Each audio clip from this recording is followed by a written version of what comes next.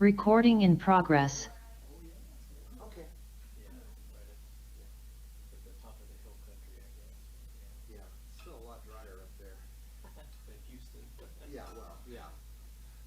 You wouldn't pay me enough to live in Houston. No, I don't even, every time I have to drive through there, just not happy. I was in outside of Abilene over Yeah, yeah. April and or Easter, Okay. and there were a couple of that one night they had 2 tornado warnings. Yeah. Yeah, I went outside to see how bad it was. The rain was coming this way. It's like, oh, even this door isn't sheltering me. The last night that I was there, last Sunday night, we had some tornadoes come through. The rain and the power went out. Oh, yeah. Like camping. Yep. Yeah, it was something else. The humidity. Are you gonna attend or just watch?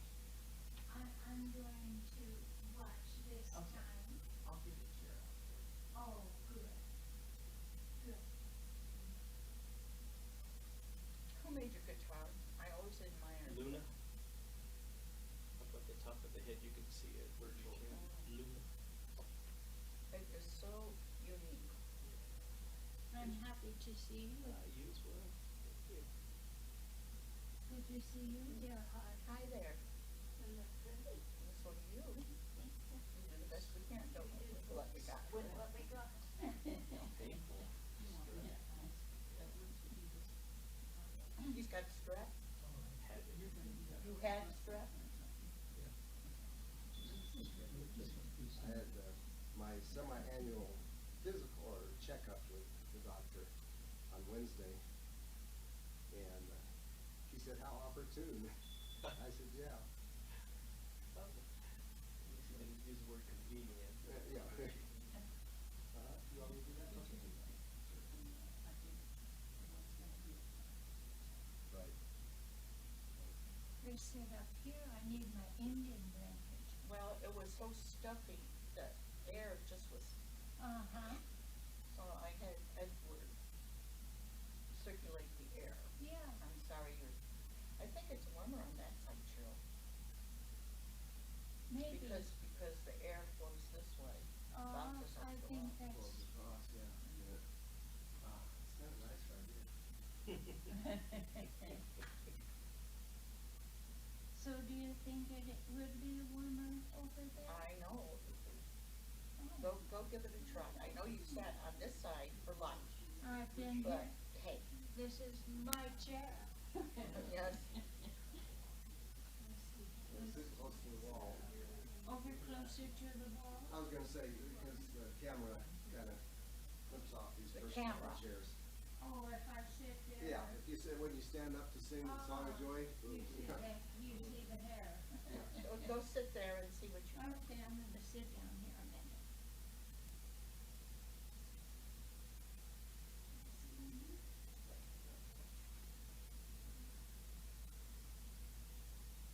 Well, Jim and Dean said that they don't have internet yet. Okay. Oh, Was had something else going on this day, but did the power go out or something? no, they took their summer, went to their summer cabin in Minneapolis or no, Crestone.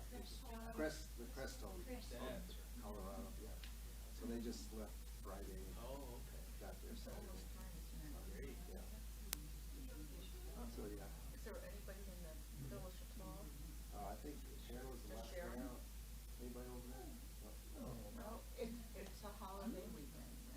Not for me. Oh, Well, spirit moves no matter how few people there are. So we should all sit on the front row. Thank you.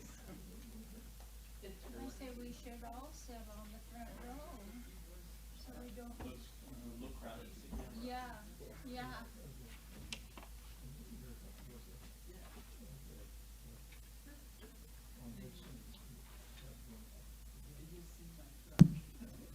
Tasting.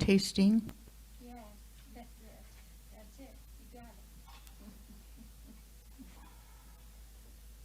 it's not exactly 11 o'clock yet, I can't hear you. Yes, it is. I can't hear you. Not according to the clock on the wall.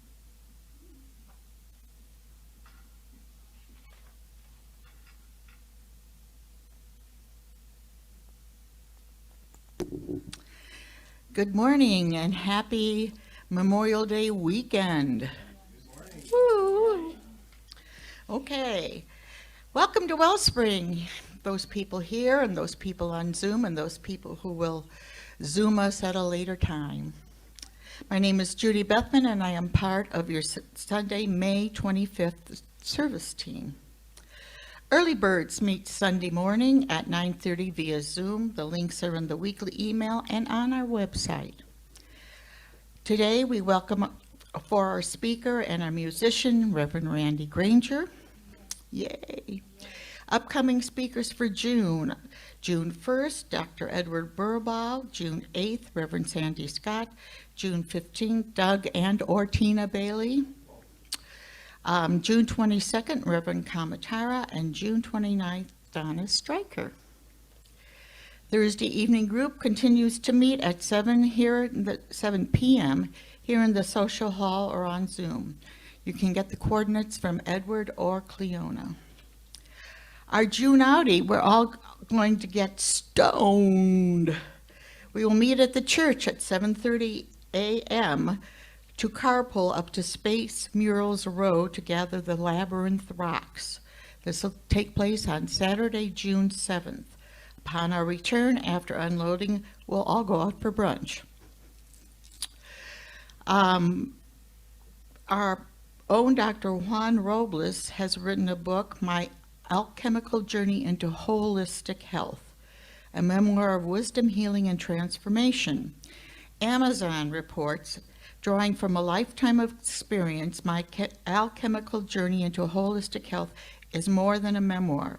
It's an invitation to explore the deeper connections between health, spirituality, and the natural world.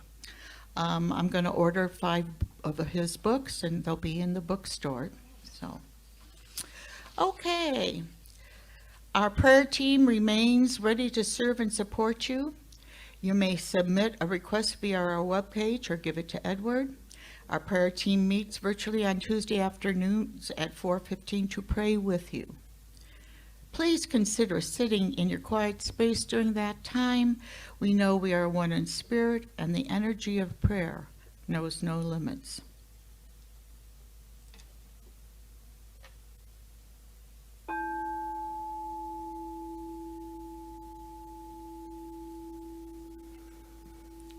As the vibrations fill this room, let's take a deep breath in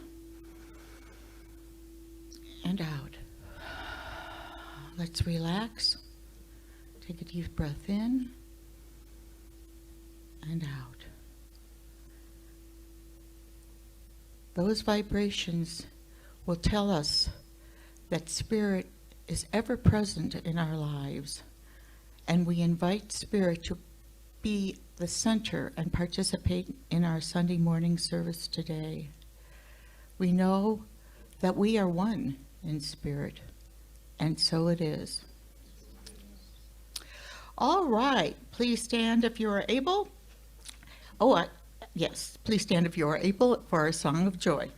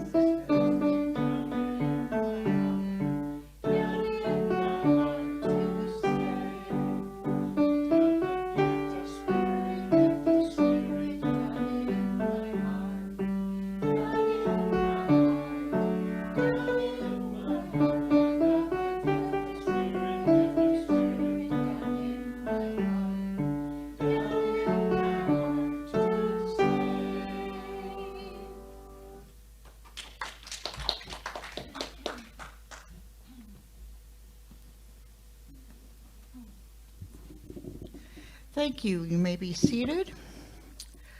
Let us read together our vision, mission, and affirmation. Our vision: to elevate spiritual consciousness in our world. Our mission: to support individual spiritual quests through celebration, study, counsel, loving fellowship, and service. Our affirmation: I am faith and uplifted by the ever-present power of Spirit. Each moment blossoms with opportunities for love, abundance, and joy. I am the radiant expression of divine truth, living fully and freely, rooted in Spirit. All right, and it gives me my great pleasure to present to you Reverend Randy Granger.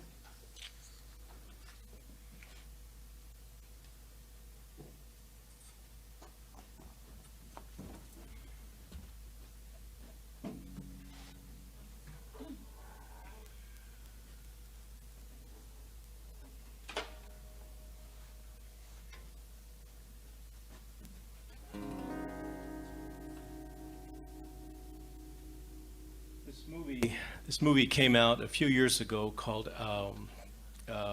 Paying It Forward. I don't know if anybody was able to watch that beautiful film. And there's the premise of it is this young boy sees this homeless guy, I think, if I can remember correctly. And so his quest, their teacher says you have to have a goal and a quest and a project. His project is to help this man. Well, he brings him home. And so his mother kind of freaks out. Why is this homeless man here? And it goes on and on. It's a beautiful story. But towards the end of the film, there's a really poignant scene. And the song I'm going to do for you, this song plays during that scene. It's so powerful, and it always stuck with me. The singer who wrote that song and sang that song, she passed away recently in a house fire in Minneapolis. And so her name was Jane Siberry.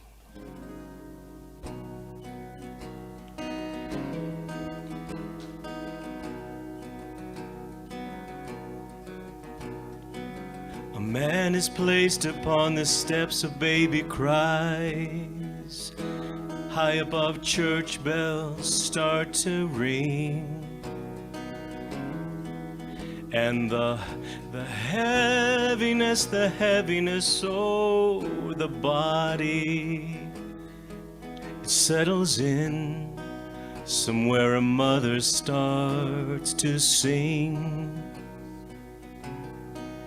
Then it's one foot, then the other as you step out on the road, on that road. Then it's how long and how far and how many times, oh, before it's too late. Calling all angels, calling all angels, walk me through this one, don't leave me alone. Calling all angels, calling all angels, we're hoping, we're trying, but we're not sure how this goes. You gaze upon the sunset with such love, oh, and intensity. Well, it's almost, if you could only crack the code, you'd finally understand what all this means.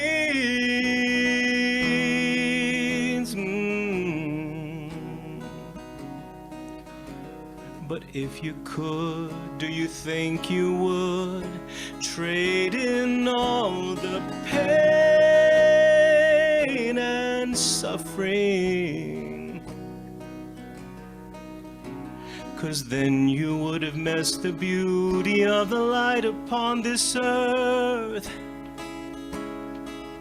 and the and the sweetness of the living,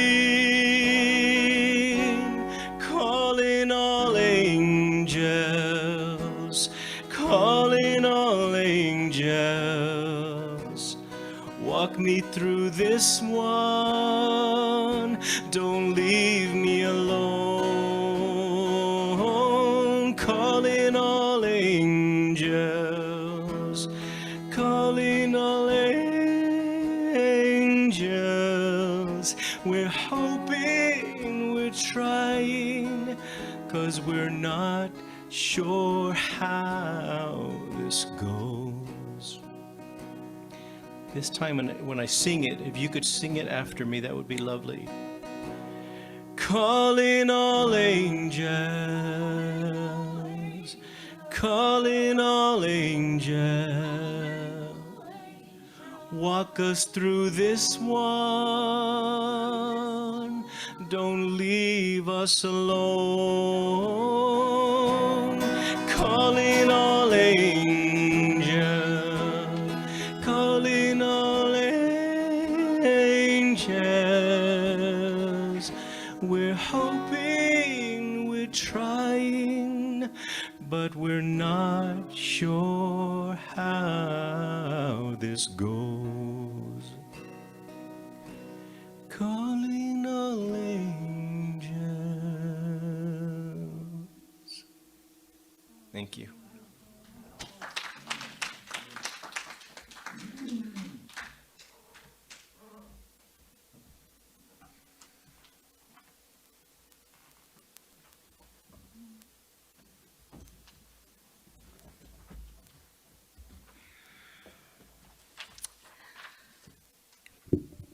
Thank you, Randy.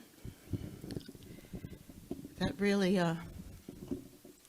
invokes the mystery that's around us, right? All right. This is a reading from Ernest Holmes' The Art of Life, and I wasn't familiar with that, so I'm going to look that up.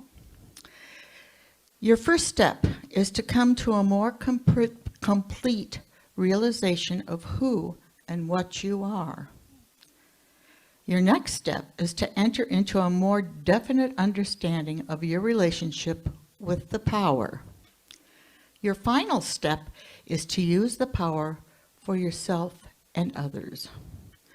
Start at once affirming your God-given dominion over anything which contradicts the nature of life.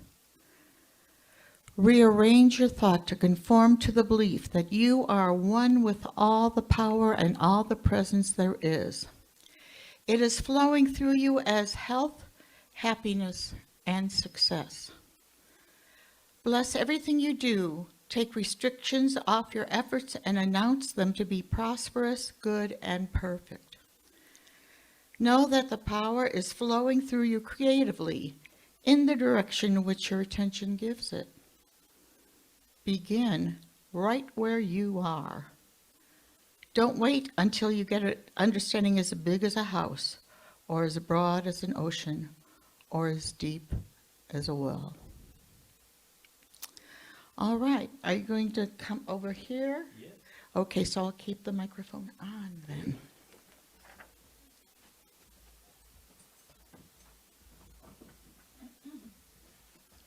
Thank you, Judy. Good morning, everyone.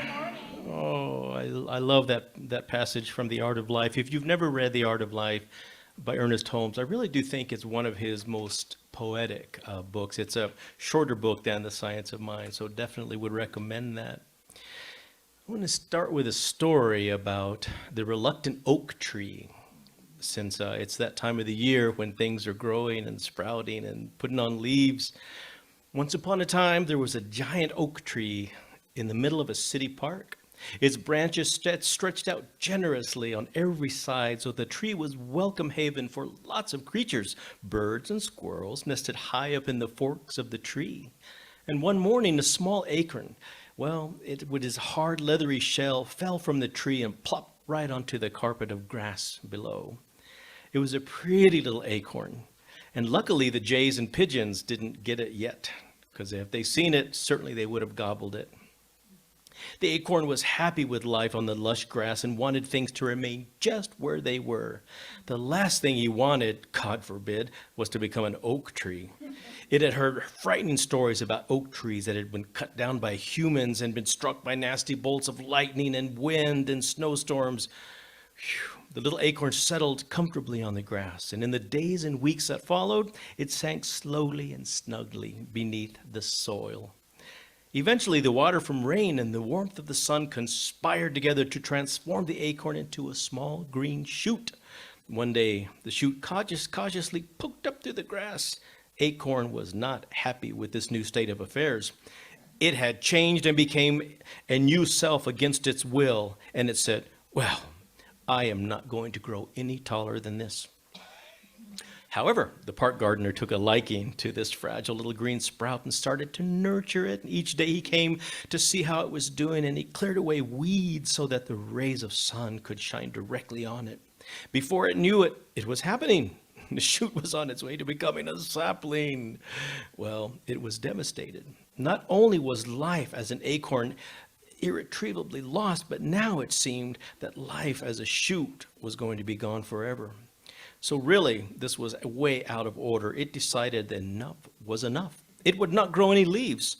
But the park gardener, was nothing if not persistent, continued to care for the young tree. He fastened a stake against it to help it withstand the winds and regularly pruned its branches and talked to it. In early spring, the first buds appeared, and then the first leaves, and then leaves were large and green and tipped with little bristles. And on the underside, delicate veins were clearly visible. The young oak had had enough. He just truly decided this would be the end of the road.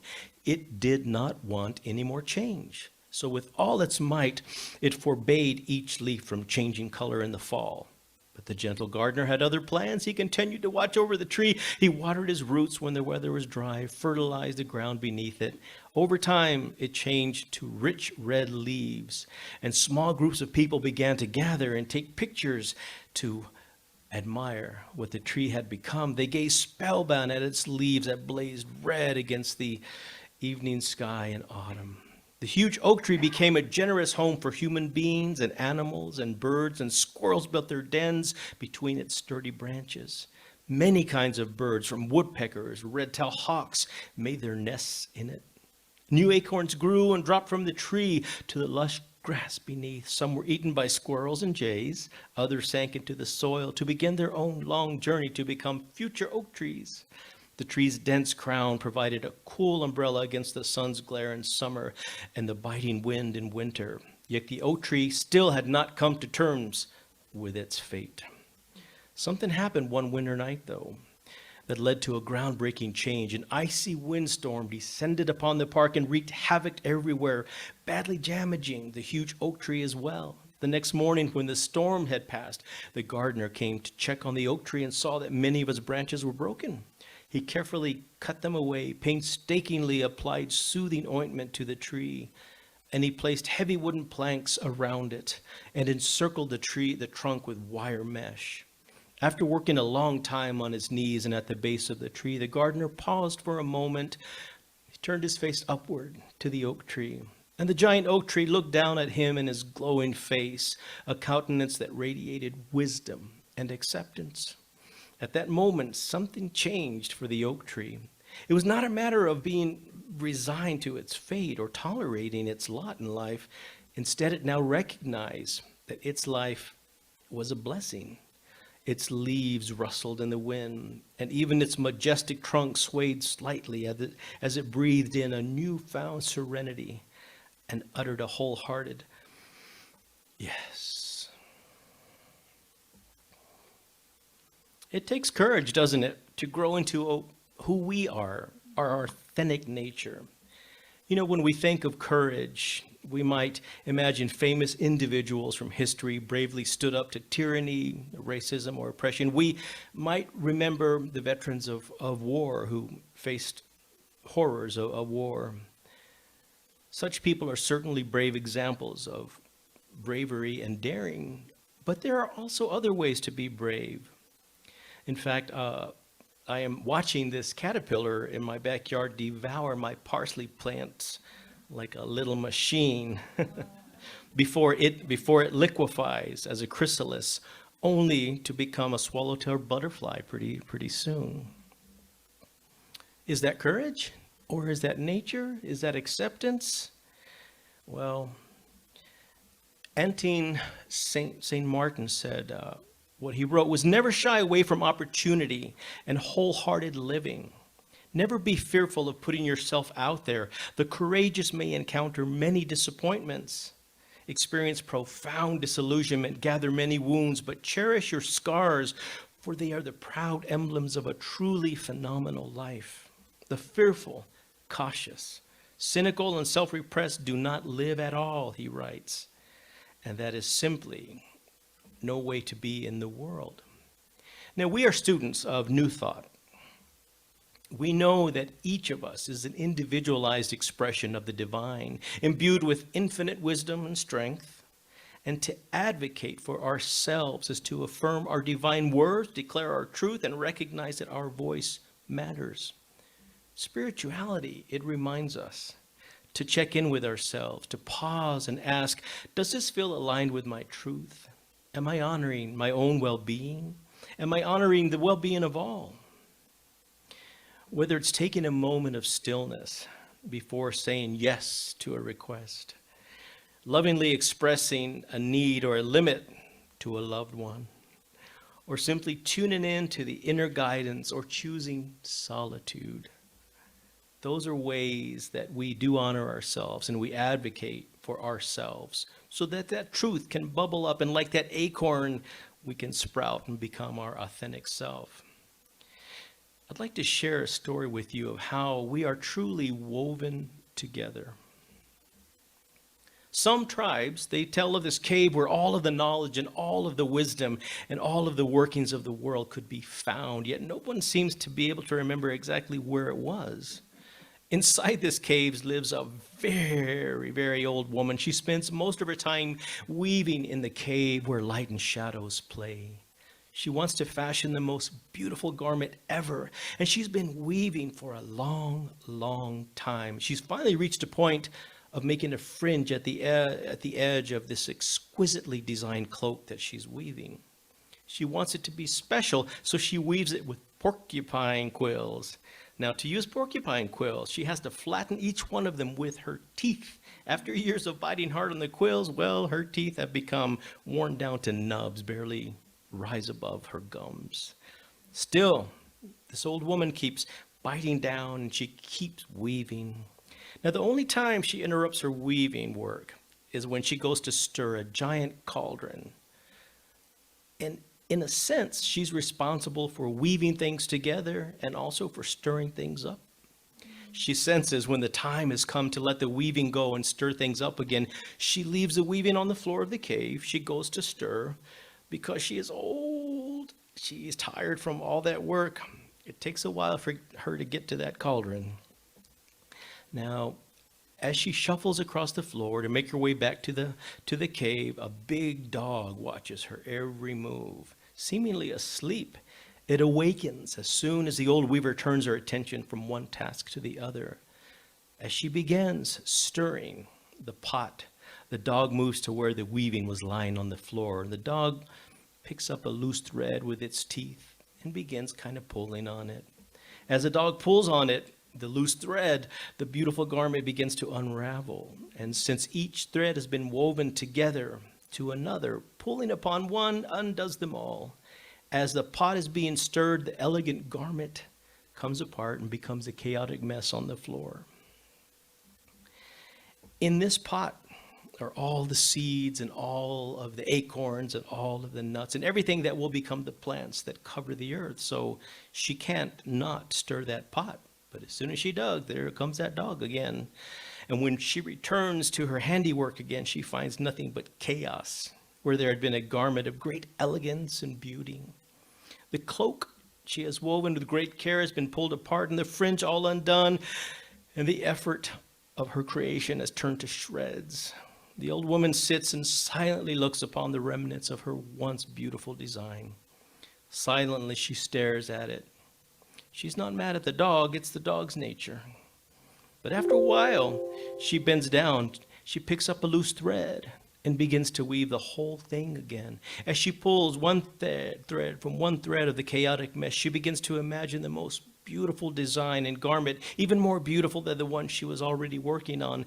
And her wizened hands, they begin to give this thing a vibrant shape. And soon she's forgotten the cloak that she was even weaving, and she concentrates on capturing this new design and weaving it to the most beautiful garment ever seen. It is a lesson to us all that even in the chaos, a new pattern will appear if we are willing to see it. And things come together, things unravel. Now, when the young people of the tribe hear this, they all say, well, somebody should kill that dog. Get rid of the dog. And then she would be finished and perfect. But the older people of the tribes say, no, because if she ever finished it, it would be perfect. And perfect means everything would end. Constantly are we unraveling and we reweaving. That's a tough little word. In the grand tapestry of life, each of us has a unique thread to weave, and our individual experiences, our emotions, and actions.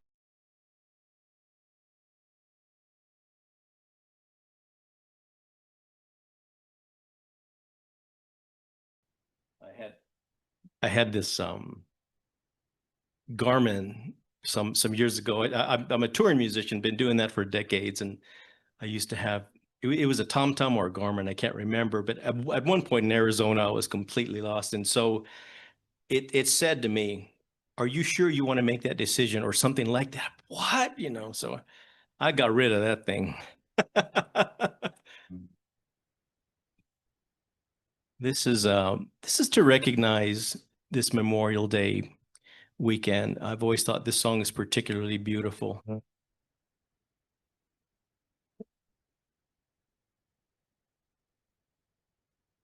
Oh, beautiful for spacious skies, for amber waves of grain, for purple mountains' majesties, above the fruited plains. America, America, God shed his grace on thee and crown thy good with brotherhood from sea to shining sea. Oh, beautiful for heroes proved in liberating strife.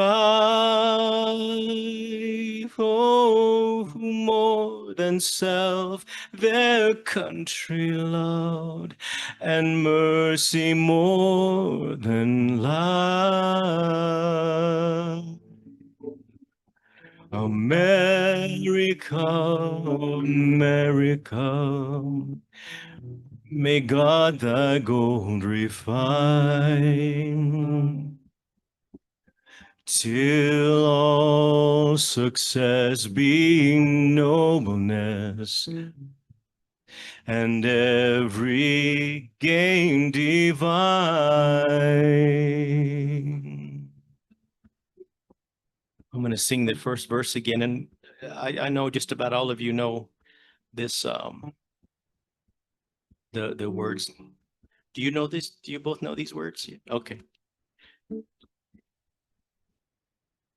Oh, beautiful for spacious skies, for amber waves of grain, for purple mountains' majesties, above the fruited plain. America, America, God shed his grace on thee, and crown thy good with brotherhood, from sea to shining sea. Thank you.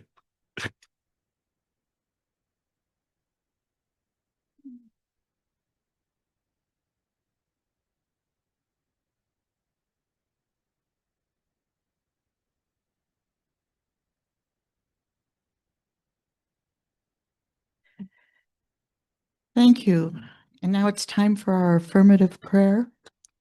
I've never done an affirmative prayer before. So will you please lift me up as I try this for the first time? Oh, great Spirit, we thank you for this glorious day in this glorious nation, on this glorious planet, in this glorious universe. We thank you that we can experience the beauty that is all around us and the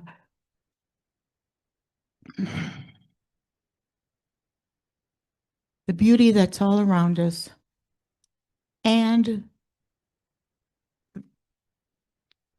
I can't think. Somebody help me.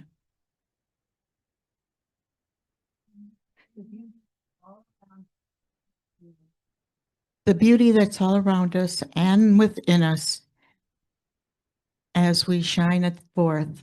Thank you, my friend. And so it is. Well, it was partially successful, but we'll have to work on that. Okay. All right. It's time for our offering, Sharon.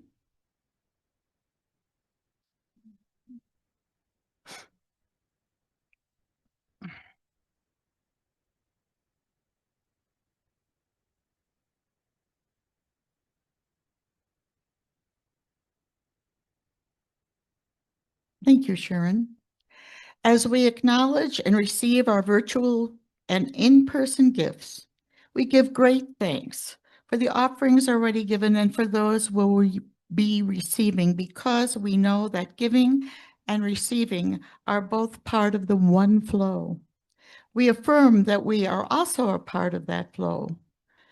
We bless these gifts and know that they are multiplied throughout our community. And so it is. Thank you, Sharon. There are a number of folks who have contributed to the production of the service, and we're grateful for their service. And we're grateful that Edwin is back amongst us, and thank you. We thank you for joining us today in Zoom land and here in the sanctuary. And lastly, stay around in Zoom land to visit or join us in the social hall. Please stand if you are able and read with me the benediction followed by our congregational song. Spirit in the midst of us is mighty. Joy, peace, and eternal life are our true nature and flow through us into the world. And so it is.